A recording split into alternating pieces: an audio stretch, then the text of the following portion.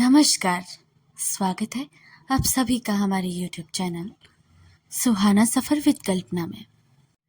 आप सुन रहे हैं मुंशी प्रेमचंद्र की प्रसिद्ध कहानी रहस्य भाग 2। अगर आपने अभी तक भाग 1 नहीं देखा तो जल्दी से जाकर पार्ट 1 देख लीजिए, वरना आपको कहानी समझ में नहीं आएगी। तो जल्दी से जाकर हमारा पार्ट 1 देख लीजिए, उससे आपको पता चलेगा कहानी के पार्ट 1 में अभी तक क्या हुआ था। तो चलिए शुरू करते हैं आज की कहानी। इसके विरुद्ध वह विमल को देखती थी कि उसके चेहरे पर कभी शिकन नहीं आती। वही साहस्य मुख, वही उत्सर्ग से भरा हुआ उद्भाव, वही क्रियाशील तन्मयता।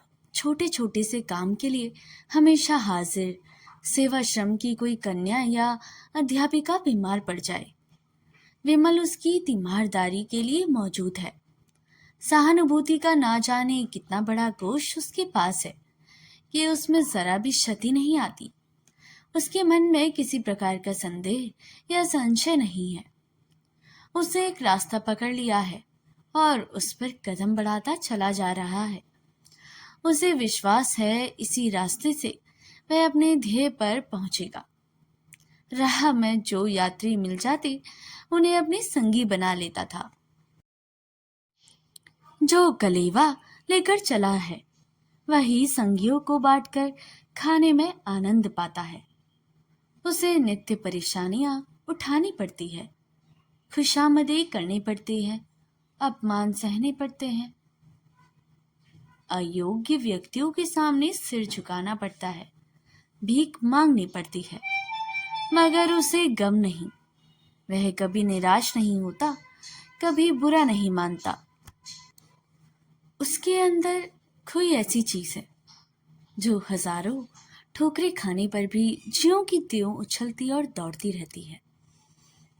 अध्यापिकाएं अक्सर साधारण सी बातों पर शिकायत करने लगते हैं, कभी कभी रूठ जाती हैं और सेवाश्रम से विदा हो जाना चाहती हैं। अगर धोबन ने कपड़े धोए या कहार ने उसकी साड़ी में दाग दिए या चौकीदार ने उसके कुत्ते को धुतकार दिया या उनके कमरे में झाड़ू नहीं लगाती या फिर ग्वाले ने दूध में पानी मिला दिया, तो इसमें सेवाश्रम के अधिकारियों का क्या दोष?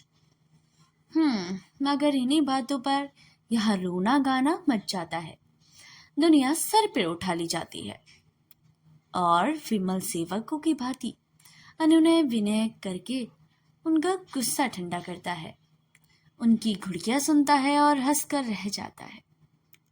फल यह है कि अध्यापिकाओं की उस पर श्रद्धा होती जाती है। वह उसे अपना अफसर नहीं, अपना मित्र और बंधु समझती है। मगर मंजुला विमल से कुछ खींची रहती है, कभी उससे कोई शिकायत नहीं करती, कभी उससे किसी मामले में सलाह नहीं लेती। यद्यपि वह दिल में समझती है कि जिस दुनियादारी को वह आत्मा का पतन कहकर उसे है समझती है, वह वास्तव में विकसित मानवता का ही रूप है। फिर अपने सिद्धांत प्रेम के अभिमान को तोड़ डालना उसके लिए कठिन है, और इस अभिमान के होते हुए भी विमल की विशुद्ध निस्वार्थ व्यवहारिकता उसे जबरदस्ती अपनी ओर खींचती है। उसे साधारण मनुष्यों के विषय में अनुभव से मन में जो सीमाएं खिंच ली है, विमल उनसे ऊपर था। उसमें स्वार्थ का लेश नहीं है, अभिमान उसे छू भी नहीं गया है, उसके त्याग की कोई सीमा नहीं। मंजुला के आध्यात्मिक जीवन में मनुष्य का यही सबसे ऊंचा आदर्श था, लेकिन विमल को उस आदर्श के समीप देकर उसे एक प्रकार का हार का बोध होता था। आदर्श का महत्व इसी में है कि वह पहुंच के बाहर हो। अगर वह साध्य हो जाए तो आदर्श ही क्यों कहें। मंजुला अपने आदर्श भावना को और ऊंचा बनाकर इस विचार में संतोष पाना चाहती है कि विमल अभी उस आदर्श से बहुत दूर है। लेकिन विमल जैसे जबरन उसका श्रद्धा पात्र बनता जाता है, वह अपने को प्रवाह में बहने से रोकने के लिए लकड़ी का सहारा लेती है, पर उसके पैरों के साथ वह लकड़ी भी उखड़ जाती है और वह फिर किसी दूसरी रोक की तलाश में करने लगती है और अंत में उसे यह सहारा मिल जाता है। उसने अपनी तीव्र दृष्टि में देख लिया कि विमल उसकी कारगुजारियों से संतुष्ट नहीं है। फिर वह उससे शिकायत क्यों नहीं करता, उससे जवाब क्यों नहीं मांगता? उसी तीव्र दृष्टि से उसे यह बिताड़ लिया है कि विमल उसके रंग रूप से अप्रभावित नहीं है।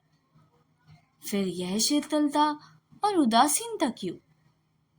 क्या इससे यह सिद्ध नहीं होता कि वह कपटी और कायर है? औरों से वह कितना खुलकर मिलता है, कितनी हमदर्दी से पेश आता है। जो मंजुला से वह क्यों दूर दूर रहता है, क्यों उससे ऊपरी मन से बातें करता है? वह पहले दिन का निष्कपट व्यवहार कहाँ गया? क्या वह यह दिखाना चाहता है कि मंजुला की उससे बिल्कुल परवाह नहीं है, या उससे केवल इसलिए नाराज है कि धनियों की चौखट पर सिर नहीं झुकती? यह खुशामद उसे मुबारक रही। मंजुला सेवा करेगी, पर आत्माभिमान का अछूता रखकर। एक दिन प्रातःकाल मंजुला बगीचे में टहल रही थी कि विमल ने आकर उसे प्रणाम किया और उसे सूचना दी कि सेवाश्रम का वार्षिक उत्सव निकट आ रहा है, उसके लिए तैयारी करनी है। मंजुला ने उदासीन भाव से पूछा, यह जलसा तो हर साल ही होता है? विमल ने कहा, जी हाँ, हर साल, मगर उस अब की सादा समारोह से करने का विचार है। मेरे किए जो कुछ हो सकता है मैं वह भी कर लूंगी। हालांकि आप जानते हैं मैं इस विषय में ज्यादा निपुण नहीं हूँ। इसकी सफलता का सारा भार आपके ही ऊपर है। मेरे ऊपर? जी हाँ, आप चाहे तो यह आश्रम कहीं से कहीं पहुंच जाए। मेरे विषय में आपका अनुमान गलत है। विमल ने विश्वास भरे स्वर में कहा, मेरा अनुमान गलत है या आपका अनुमान गलत है, यह तो जल्द ही मालूम हो जाता है। आज यह पहली प्रेरणा थी जो विमल ने मंजुला से की। जिस दिन से उसे सेवाश्रम उसके हाथों में सौंपा था, उस दिन से कभी इस विषय में कोई आदेश ना दिया था। उसे कभी इसका साहस ही ना हुआ। मुलाकातों में इधर उधर की बातें होकर रह जाती। शायद विमल समझता था कि मंजुला ने जो त्याग किया है वह काफी से ज्यादा है और उस पर अब और बोझ डालना जुल्म होगा। या शायद वह देख रहा था कि मंजुला का मन इन संस्था में रम जाए तो कुछ कहे। आज जो उससे विनय और आग्रह से भरा हुआ यह आदेश दिया तो मंजुला में एक नई स्फूर्ति दौड़ पड़ी। सेवाश्रम से ऐसा अनिश्चितत्व उसे कभी ना हुआ था। विमल से उसे जो दुर्भावनाएं थी सब कैसे काई की तरह फट गई और वह पूर्ण तन्मयता के साथ तैयारी में लग गई। अब तक वह क्यों आश्रम से इतनी उदासीन थी, इस पर उसे आश्चर्य होने लगा। एक सप्ताह तक वह दिन रात मेहमानों के आदर सत्कार में व्यस्त रही। खाने तक की फुर्सत ना मिलती। दोपहर का खाना तीसरे पहर मिलता। कोई मेहमान किसी गाड़ी से आता तो कोई किसी गाड़ी से। अक्सर उसे रात को भी स्टेशन जाना पड़ता। उस पर तरह तरह के कर्तव्यों का रिहर्सल भी करवाना पड़ता।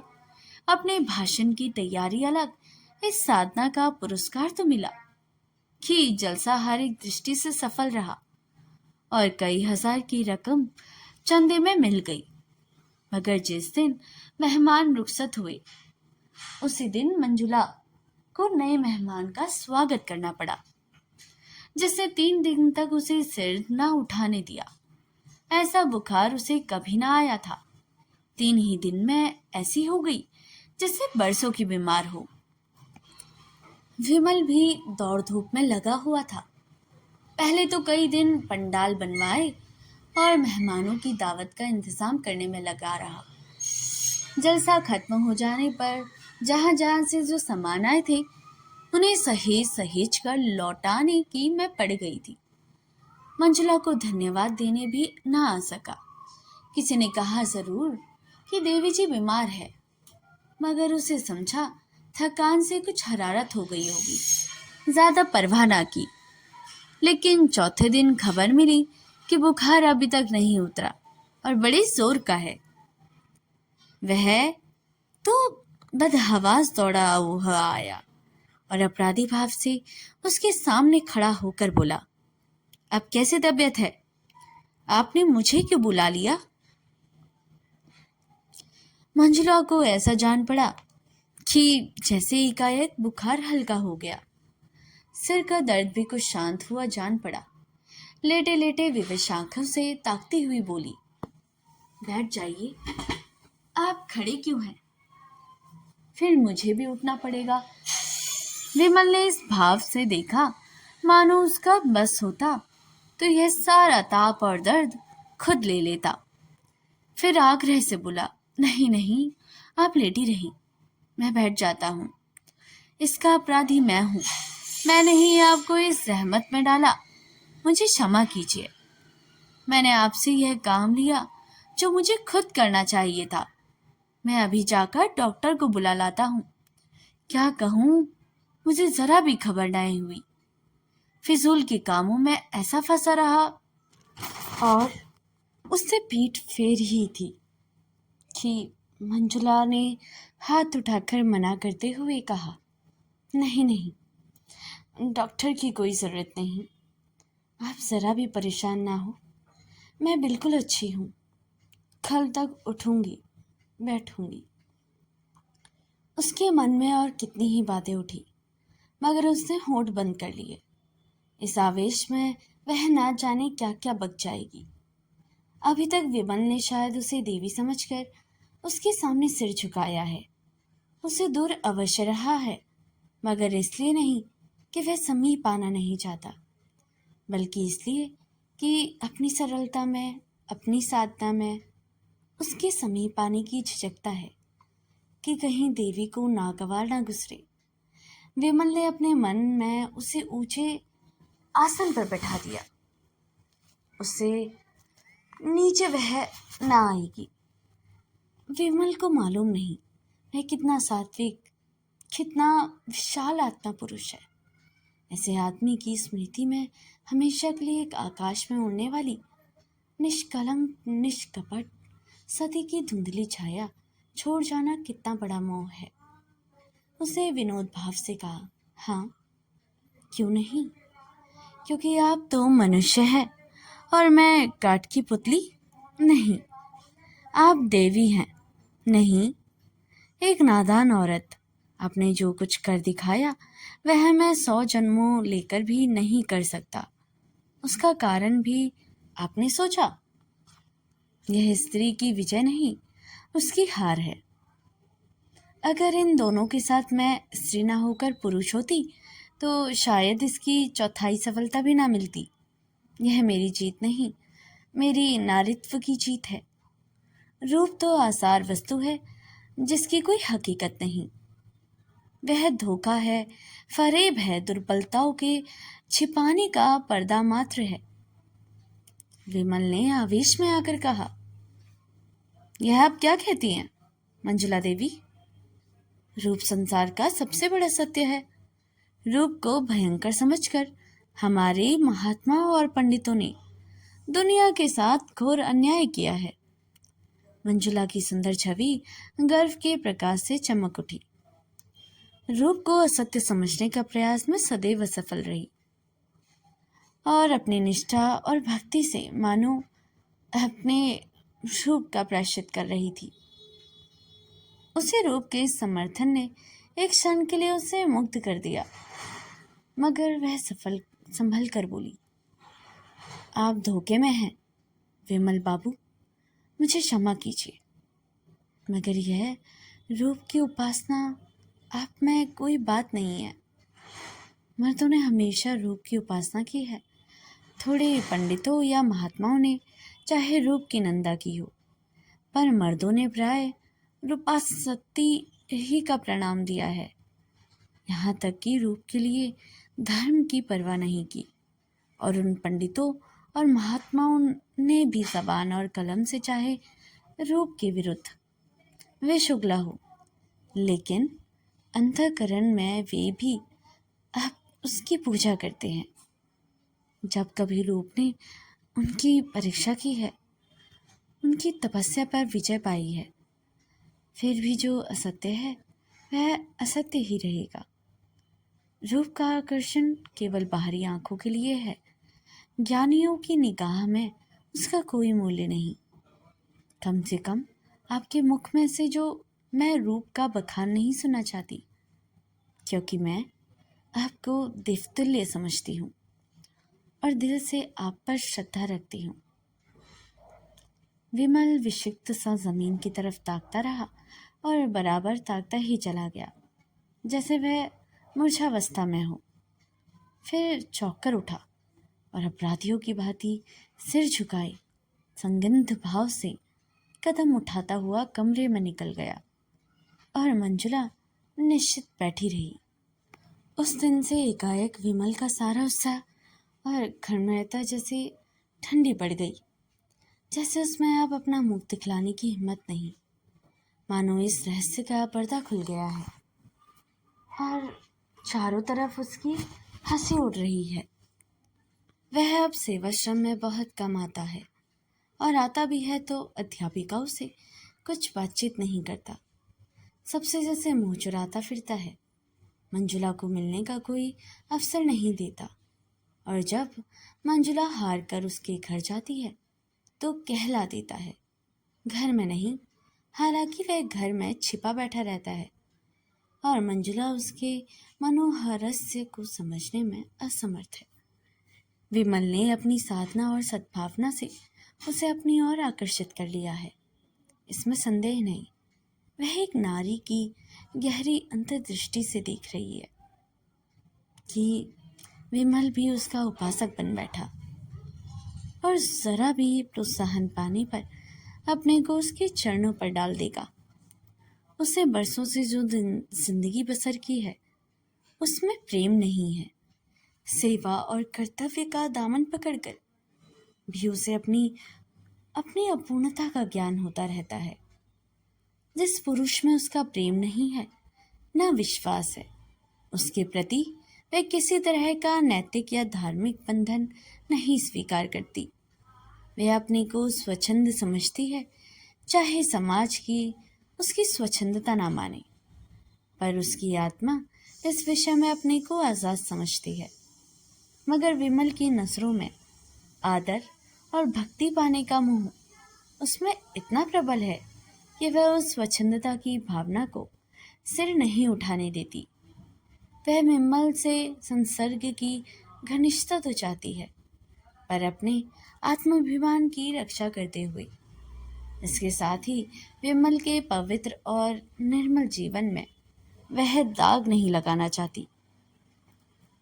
उसने सोचा था कि विमल को दवा का हल्का सा घूंट पिलाकर वह स्वस्थ कर देगी।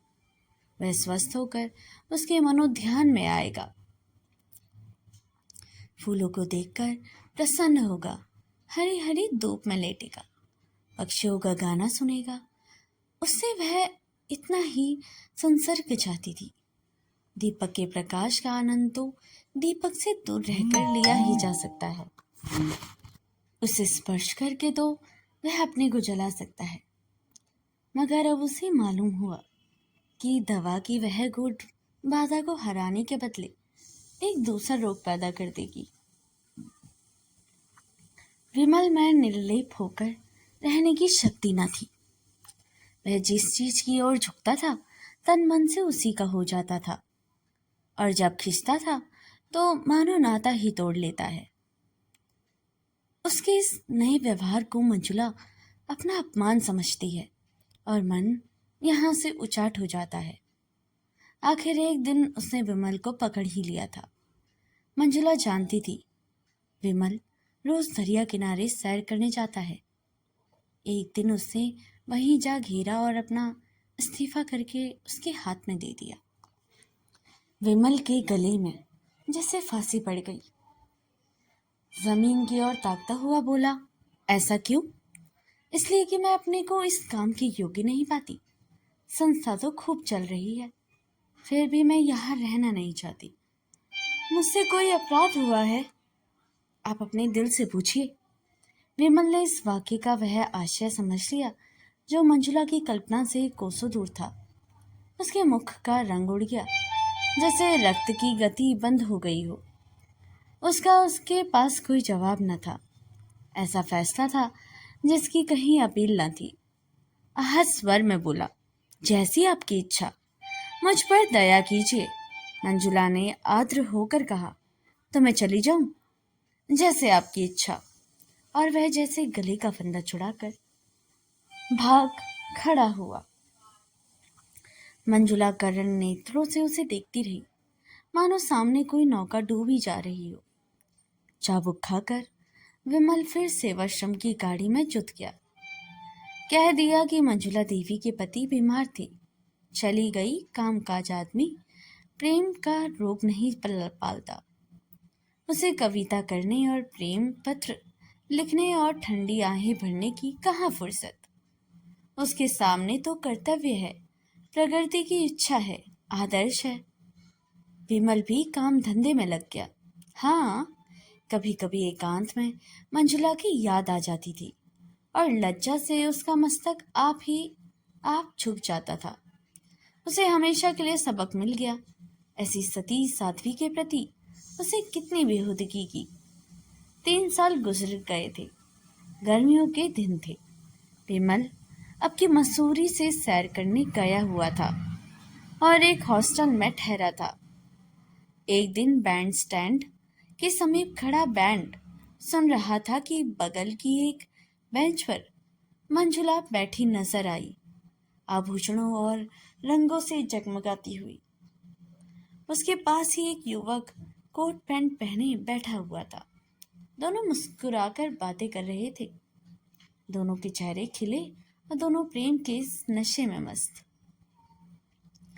विमल के मन में सवाल उठा, यह युवक कौन है? मंजुला का पति नहीं हो सकता। यह संभव है उसका पति ही हो। दंपत्ति में अब मेल हो गया हो। उसे मंजुला के सामने जाने का साहस न हुआ। दूसरे दिन वह अंग्रेजी तमाशा देखने सिनेमा हॉल गया। इंटरवल में बाहर निकला तो कैफे में फिर मंजुला दिखाई दी, सिर से पांव तक अंग्रेजी पहनावे में। कहीं कल वाला युवक आज भी उसके साथ था। आज विमल ने जब्त न हो सका, इसके पहले कि वह मन में कुछ निश्चय कर सके। वह मंजुला के सामने खड़ा था। मंजुला उसे देखते ही सन्नाटे में आ गई। मुंह पर हवाइयां उड़ने लगी, मगर एक ही क्षण में उसने अपने आप को संभाल लिया और मुस्कुराकर बोली, हेलो विमल बाबू, आप यहाँ कैसे? और उसे उस नवयुवक से विमल का परिचय करवाया। आप महात्मा पुरुष है, काशी के सेवाश्रम के संचालक, और यह मेरे मित्र मिस्टर खन्ना है, जो भी हाल ही में इंग्लैंड से ICF होकर आए हैं। दोनों आदमियों ने हाथ मिलाए। मंजुला ने पूछा, सेवाश्रम तो खूब चल रहा है। मैंने उसकी वार्षिक रिपोर्ट पत्रों पे पढ़ी थी। आप यहाँ कहाँ ठहरने आए हैं? विमल ने अपने होटल का नाम बतलाया। खेल फिर शुरू हो गया। खन्ना ने कहा, खेल शुरू हो गया, चलो अंदर चलें। मंजुला ने कहा, तुम जाकर देखो, मैं जरा मिस्टर विमल से बातें करूंगी। खन्ना ने विमल को जलती हुई आंखों से देखा और अकड़ता हुआ अंदर चला गया। मंजुला और विमल बाहर आकर हरी हरी घास पर बैठ गई। विमल का हृदय गर्व से फूला हुआ था। आशा में उल्लास की चांदनी सी हृदय पर छटकी हुई थी।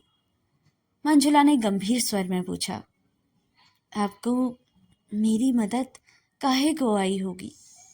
कई बार इच्छा हुई कि आपको पत्र लिखूं, लेकिन संकोच के मारे ना लिख सकी। आप मजे में तो हैं? विमल को उसका यह उल्हाना बुरा लगा। कहा अभी हास्य विनोद में मग्न थी। कहा उसे देखते ही गंभीरता की पुतली बन गई। रूखे स्वर में बोला, हाँ बहुत अच्छी तरह था, आप तो आराम से थी। मंजुला आदर कंठ से बोली, मेरे भाग्य में तो आराम लिखा ही नहीं है मिस्टर विमल। पिछले साल पति का देहांत हो गया। उन्होंने जितनी जायदाद छोड़ी उससे ज्यादा कर्ज छोड़ा। इन्हीं उलझनों में पड़ी रही, स्वास्थ्य भी बिगड़ गया। डॉक्टर ने पहाड़ पर रहने की सलाह दी। तब से यहीं पड़ी हूँ। आपने मुझे खत तक ना लिखा। आपके सिर यूं ही क्या गम बोझ है कि मैं अपनी चिंताओं का भार भी रख देती। फिर भी एक मित्र के नाते मुझे खबर तो देनी चाहती थी। मंजुला के स्वर में श्रद्धा भरकर कहा, आपका काम इन झगड़ों में पड़ना नहीं है विमल बाबू। आपको ईश्वर ने सेवा और त्याग के लिए रचा है, वही आपका क्षेत्र है। मैं जानती हूँ आपकी मुझ पर दया दृष्टि है।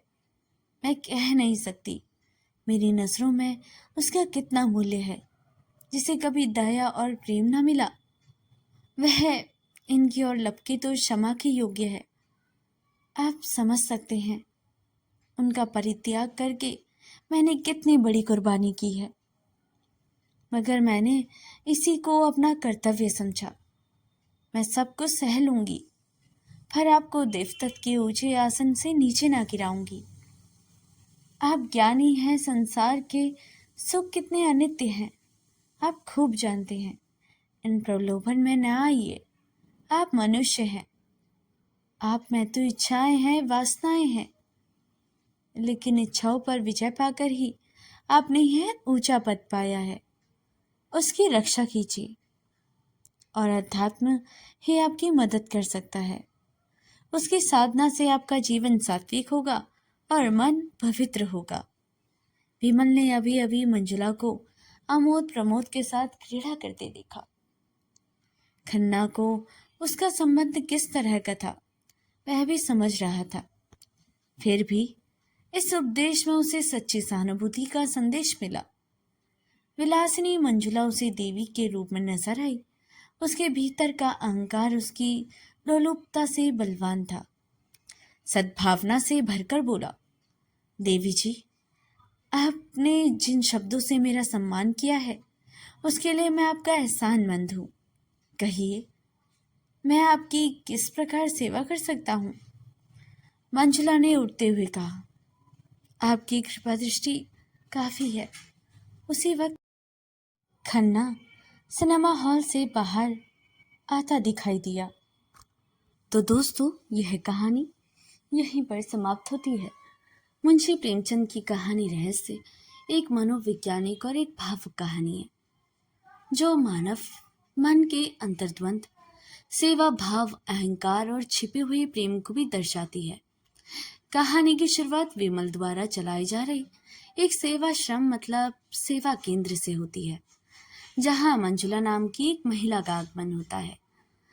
मंजुला शारीरिक रूप से तो बहुत सुंदर न होते हुए भी उससे शिष्टता, कुलीनता और एक तरह का अभाव या उदासी थी, जो विमल को अपनी ओर आकर्षित करता था। विमल और मंजुला के बीच का रिश्ता एक मूक प्रेम मतलब साइलेंट लव और सेवा भाव पर आधारित है। दोनों के बीच पनप रहे अनकही प्रेम में एक तरह का रहस्य है, जो पूरी कहानी का केंद्र है। ये कहानी दिखाती है कि कैसे अहंकार और सामाजिक मर्यादाओं के बीच व्यक्ति अपने वास्तविक प्रेम को छुपाए रखता है, जिसे अंततः सेवा और त्याग के माध्यम से समझा जा सकता है। ये कहानी मुख्य रूप से रिश्तों के गहरे मनोवैज्ञानिक पहलू को भी उजागर करती है।